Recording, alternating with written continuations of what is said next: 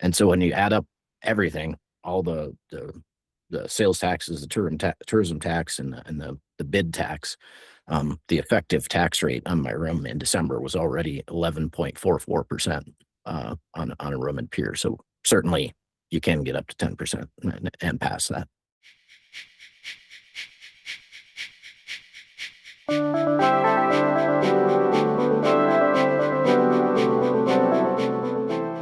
Welcome back to Searchlight Report, a podcast from South Dakota Searchlight.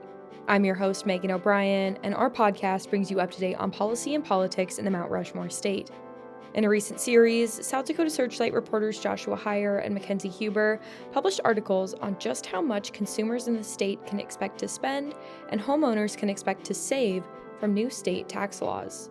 Those include a statewide sales tax increase and a new optional 0.5% county sales tax. Both of those will be used to lower homeowner property taxes. Another new law allows cities to charge an extra 1% sales tax for special projects. You just heard from South Dakota Searchlight editor Seth Tupper, who also contributed to the series with a commentary piece about the new and higher sales taxes and how they could add up to a rate of 10% or higher. Earlier this week, I met with the three of them to learn more.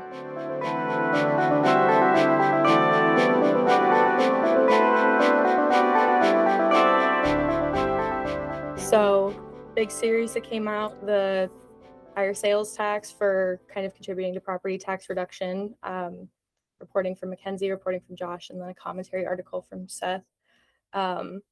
Just kind of starting with Seth, what prompted the commentary?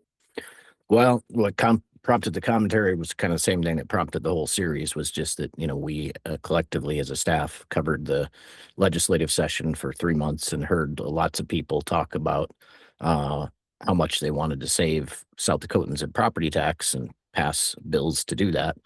But the bills depended on increases or higher or new sales taxes to deliver those property tax savings.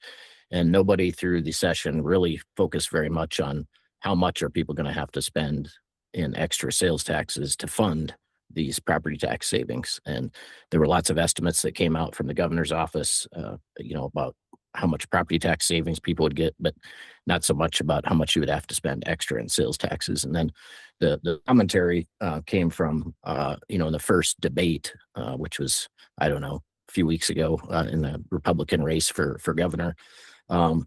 Dusty Johnson, the congressman who's leading in the polls for the governor race, kind of went on the attack against Governor Roden, saying that. And in fact, Larry signed 3 sales tax increases. He had signed 3 sales tax increase bills. Just this legislative session. Of course, Congressman Johnson never really adds that they're for property tax savings, but that's his sort of attack line on Governor Roden, and Governor Roden tried to defend himself. But one of the attacks that Congressman Johnson made was that he said that the sales tax for South Dakotans would be 10% now. Governor Roden took a lot of issue with that. At a couple of points has called it fabricated. And so I wanted to sit down and just add up, well, what will the maximum sales tax be if you add in all the state, the mandatory sales taxes, the optional local sales taxes. And yeah, it can add up to 10% when you add up everything.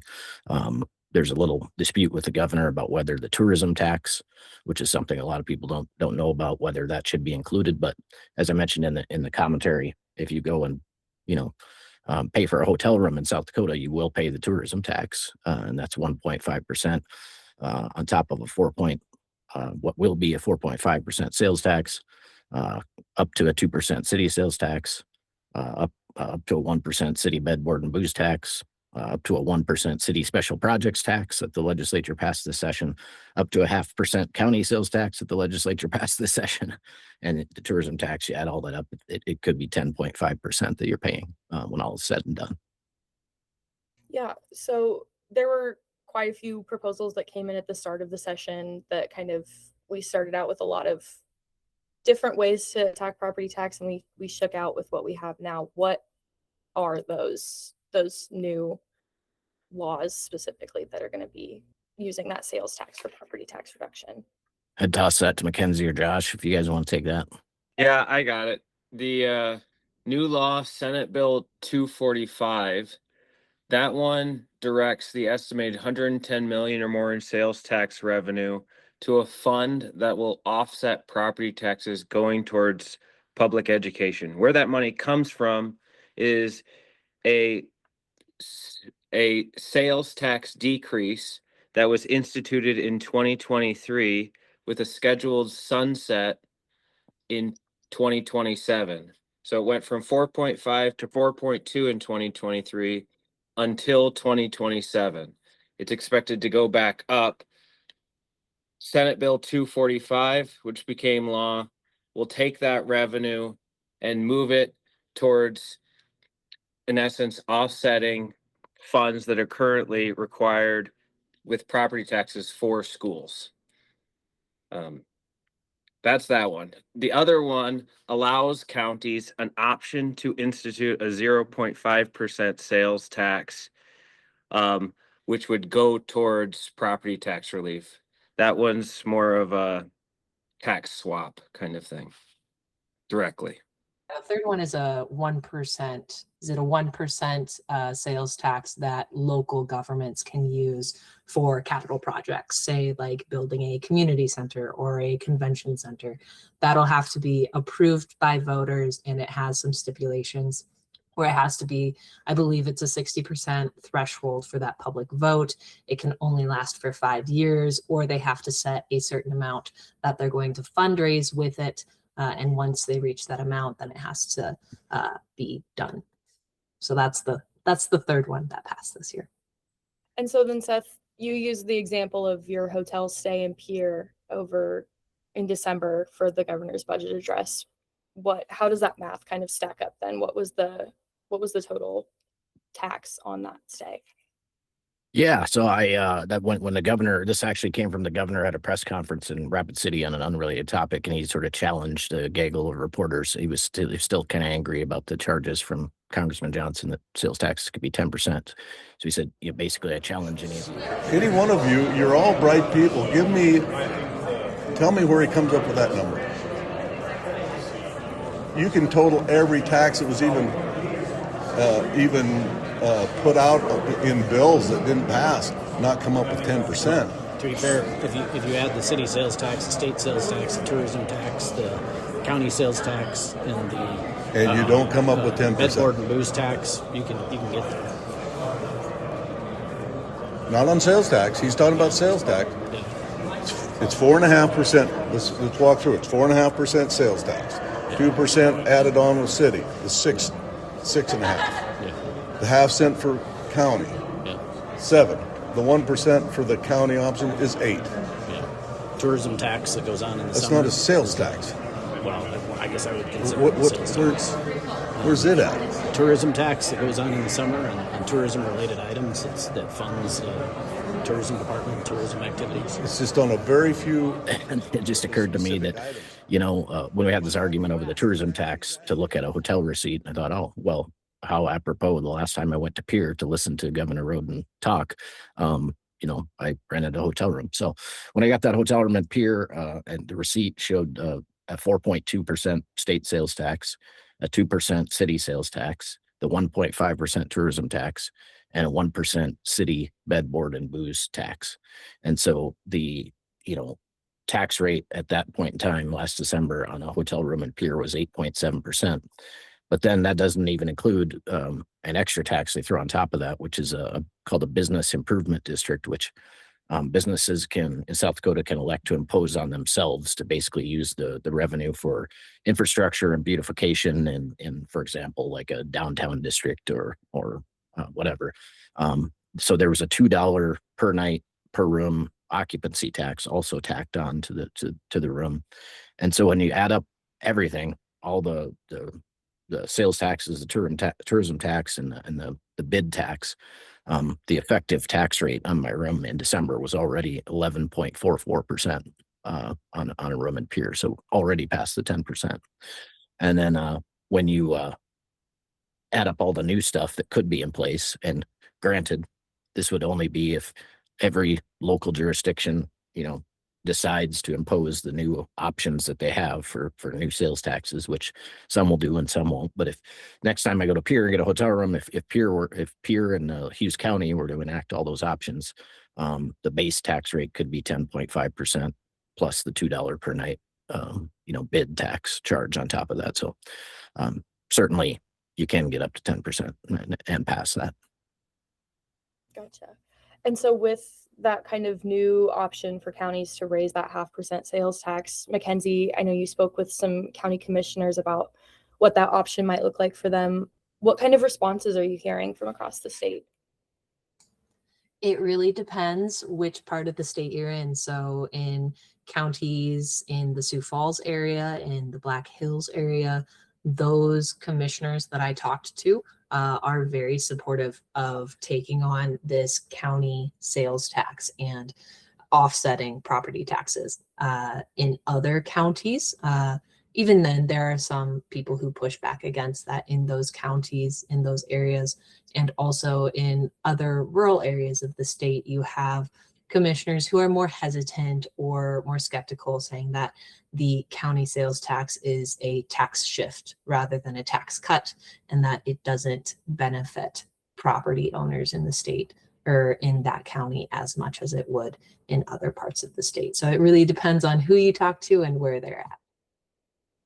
What kind of factors are commissioners looking for this 0.5% sales tax to be successful, I guess? With that, so I mean, like I said, the most interest is in the Black Hills and the Sioux Falls areas. And that is in part because that's where property valuations they spiked during the COVID-19 era. And they've gone down in some areas as well, but that's where they've seen the most conversation around it, where people have talked about it. But also those are the areas where we get the most visitors in the state. So if you have a sales tax in the Black Hills areas for those counties, you're going to have a significant portion of those sales taxes be paid by visitors, either from across the state or from out of state. So those are, you need to be successful, and people want this if someone else is paying that tax is sort of where that conversation leads. And that's why it's not as popular in these rural areas, because they don't have a lot of tourism driving the sales tax. That's why it would appear as more like a tax shift for their own county residents. Gotcha. And then there's also the statewide sales tax increase that's set to sunset here next July. When are folks going to start seeing that kind of show up as a reduction on their property taxes? Yeah, so as Josh explained, that'll be a 0.3 percentage point increase in the sales tax that is set to take part in 2027. How that bill played out is it also took $56 million from the state's reserve funds to put towards this. So both of them together are supposed to impact and reduce property taxes starting next year when we get our property tax bills in January or February, whenever the counties mail them out. So that is supposed to start next year, but there is an effort to refer that bill. And if that is successful, that would obviously impact that rollout and bring it back to. Gotcha. We'll put a pin in the referral, but then looking forward, how will homeowners see these two new kind of changes to tax reflected on their property tax bill? Yeah, so if counties implement it either from the commission or through a public vote, that will appear as a credit on their property tax bill. It'll, in essence, say you saved this much money on your tax bill because of this county sales tax. But homeowners won't see that same sort of credit or note for the statewide sales tax reduction if that goes through, because that's already factored into the state's mill levy and equations and everything that they put toward property taxes already. So we have a fund. I'm assuming that there will be coverage of how much money is in the fund, how much percentage wise there has been saved statewide, but people won't see that on their tax bill. They'll just hear that from the state, likely, if that's to come. And so then, Josh, you kind of worked on an article taking folks through how much more sales tax money they'll be spending compared to how much some will be saving in property taxes. Just to kind of start, what did that math look like? What was the kind of process like for that? Yeah, it was a little more difficult than we thought it would be. You would assume that these were numbers that would have been readily accessible given the amount of property tax conversations that happened, but we had to do quite a bit of digging. The first number we needed was to understand what could be like an average valuation for a home. And to get to that number, we were able to take 62.2 billion, which is the total taxable value of all South Dakota owner occupied properties for this year. And you could take the number of owner occupied properties in the state, which is just over 253,000. You divide the total value by the number of properties and you get about $250,000. And so that's what we used for our average home. And then we also had to figure out how much this average home would likely approximately spend. And to get to that, we found Bureau of Labor Statistics data showing, the average household spent around 75,000 after we reduced for certain categories that accounted for certain categories that aren't taxed, like mortgage payments, prescription drugs. That got us to about $45,000 in taxable spending. So those were those two numbers that we were able to carry through. And so then with this new scheduled increase, how much more are people supposed to expect to be spending? So for that $250,000 household spending $45,000 a year in taxable sales, on the 0.3% change, which is scheduled and inevitable, they will spend approximately $135 more in sales taxes. That same home, if the half county sales tax goes into effect, that would be another $360 in additional sales taxes. However, if both of those went into effect, they would also save about $1,080 in property taxes. So it nets out for both of them to about $720 for homeowners. If one's implemented, not the other, it's still a net benefit for homeowners. But I think too, it's key to mention that that's just for then homeowners that are going to be seeing that offset in terms of spending more in sales tax, but then seeing that on the flip side of that.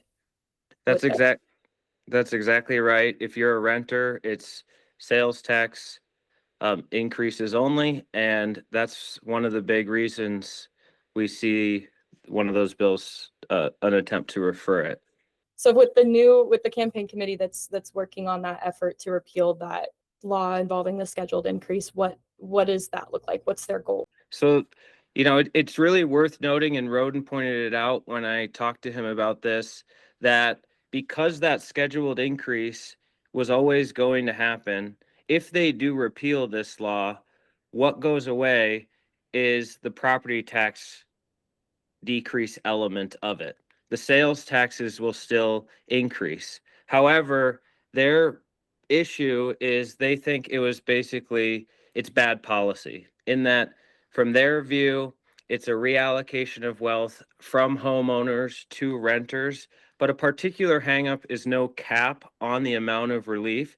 So when we walked through that $250,000 home example and came to about $1,000 in property tax relief, they point out that that would mean a $2.5 million home would get $10,000 property tax relief. And in a state with a tight budget, is there better stuff you could be doing with that money if you capped the relief at a certain dollar amount or something else? I would add that with that, we saw a lot of conversation during the legislative session from people opposed to Senate Bill 245 because there were other priorities that weren't getting completely funded. For example, 1.4% increase to teachers. That was just an example that we heard over and over from people saying that this could be used for something else. And I would jump in and add, if this referral does make the ballot, and if this law, the property tax savings from the statewide sales tax increase, if that gets thrown out, I would imagine the people in that campaign, the hope would be that then the legislature would come back next session and figure out some other kind of policy, maybe keep the sales tax reduction permanent or do something else with the extra sales tax revenue, like what Mackenzie just said, put it into other priorities. There would always be the opportunity still next year in January through March to do something different before the sales tax increase, the statewide sales tax increase is set to take effect in July 2027. There's a particular level of irony when you ask what can be done with this. The initial plan with that 110 million was to remove the sales tax on groceries. That didn't go through, and what lawmakers instead passed was that temporary reduction that sunsets in 2027, which has now become like, an issue of class, where so was the grocery tax discussion. And they're not trying to repeal the law that would allow that 0.5% county sales tax. It's just that focus on the scheduled increase. Why, I guess, are they not trying to get involved with that 0.5% county sales tax option as well? Well, they acknowledge that, one, it's a lot harder to make an argument against the local control option, right? So that's an optional thing that counties can consider. And they also believe that local communities can run those kinds of campaigns against the county implementing it on their own. The other one, statewide, it's, set to happen everywhere. And their other point is, they have limited time and resources, so they're going to allocate it towards the statewide one. And the chair behind this committee is also running for a seat in the House. Is that correct? He is, yes. So the group itself is called South Dakotans for Fair Taxes. Ned Horsted has worked on a number of different ballot measure efforts. He's involved in different lobbying efforts up in Pierre.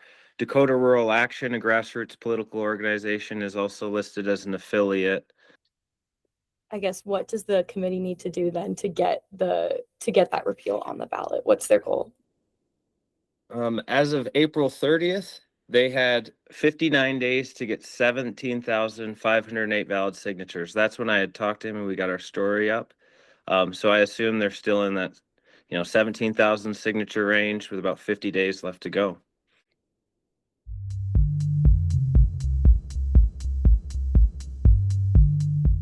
The reporting from Josh, Mackenzie, and Seth can be found on our website at southdakota.searchlight.com. That's all we have for this week on Searchlight Report. The podcast is based on reporting by South Dakota Searchlight's staff, editor Seth Tupper, senior reporter John Holt, and reporters Joshua Heyer, Mackenzie Huber, and me. I write the scripts and produce the audio with editing by Seth Tupper. Audio this week came from recordings by South Dakota Searchlight and KELOLAND Media Group's Republican gubernatorial debate. South Dakota Searchlight is part of States Newsroom, the nation's largest nonprofit news organization. Until next time, I'm South Dakota Searchlight's Megan O'Brien with the Searchlight Report.